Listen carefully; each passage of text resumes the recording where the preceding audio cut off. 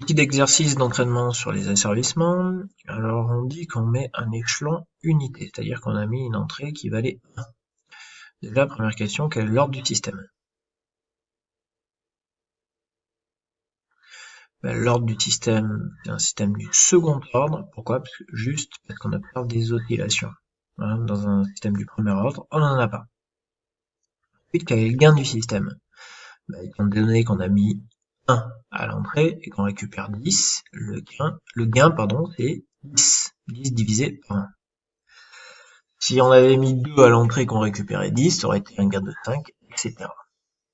Et le temps de réponse à 5% du système. Alors, pour traiter ça, qu'est-ce qu'il faut faire? Il faut imaginer 10 plus ou moins 5%, donc entre 9,5 et 10,5. Donc pour ça, il faut regarder les dépassements. Il faut que les dépassements soient inférieurs à 10,5 et que les minimums soient supérieurs à 9,5. Et quand les deux sont satisfaits, est-ce que c'est pour le premier dépassement? Non, parce que là je suis au-delà. Pour le premier minimum, non. Pour le second dépassement, non. Pour le second minimum, non.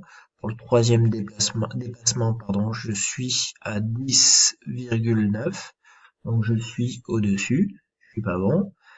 Pour le troisième minimum, je suis à 9,4. Donc je suis en dessous le 9,5. Ensuite, pour le quatrième dépassement, je suis à 10,3. Et le quatrième minimum à 9,7. Donc là, à partir du quatrième, je rentre dans plus ou moins 5%.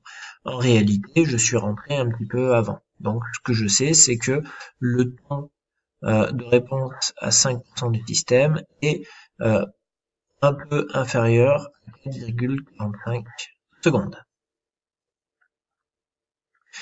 Alors maintenant, je vais vous présenter un système de soufflerie. Alors, basiquement, qu'est-ce qu'on a? On a un AOP que l'on retrouve ici. On va, à la fin, en fait, on alimente en tension un système de chauffe, donc une résistance qui est là. Et la résistance me permet de chauffer l'air. Donc l'air est propulsé par l'intermédiaire d'une turbine. Donc j'ai plusieurs systèmes qui sont en jeu sur ce dispositif. Alors on me donne pas mal d'informations. Et on me dit ici, en fait, pour cet élément-là, l'élément chauffant, on donne l'évolution dans le temps de la température θE. Et on me dit qu'on met en entrée 3 volts. Donc déjà, c'est l'ordre du système. Pour l'ordre du système, ça pourrait être un premier ou un second ordre sans oscillation. Mais comme j'observe ici le coefficient directeur à l'origine qui n'est pas nul, qui est non nul, donc c'est forcément un système du premier ordre. Pour les seconds ordres, on a une tangente à l'origine qui est nulle. Un coefficient directeur nul. Donc l'ordre du système, les paramètres, qu'est-ce qu'on retrouve comme paramètres? On retrouve le gain statique. Le gain statique, je récupère 5 en sortie, mais j'ai mis 3. Donc le gain, ça me fait 5 sur 3. La sortie divisée par l'entrée. Comme autre paramètre, on a tout, le temps de réponse à 5%.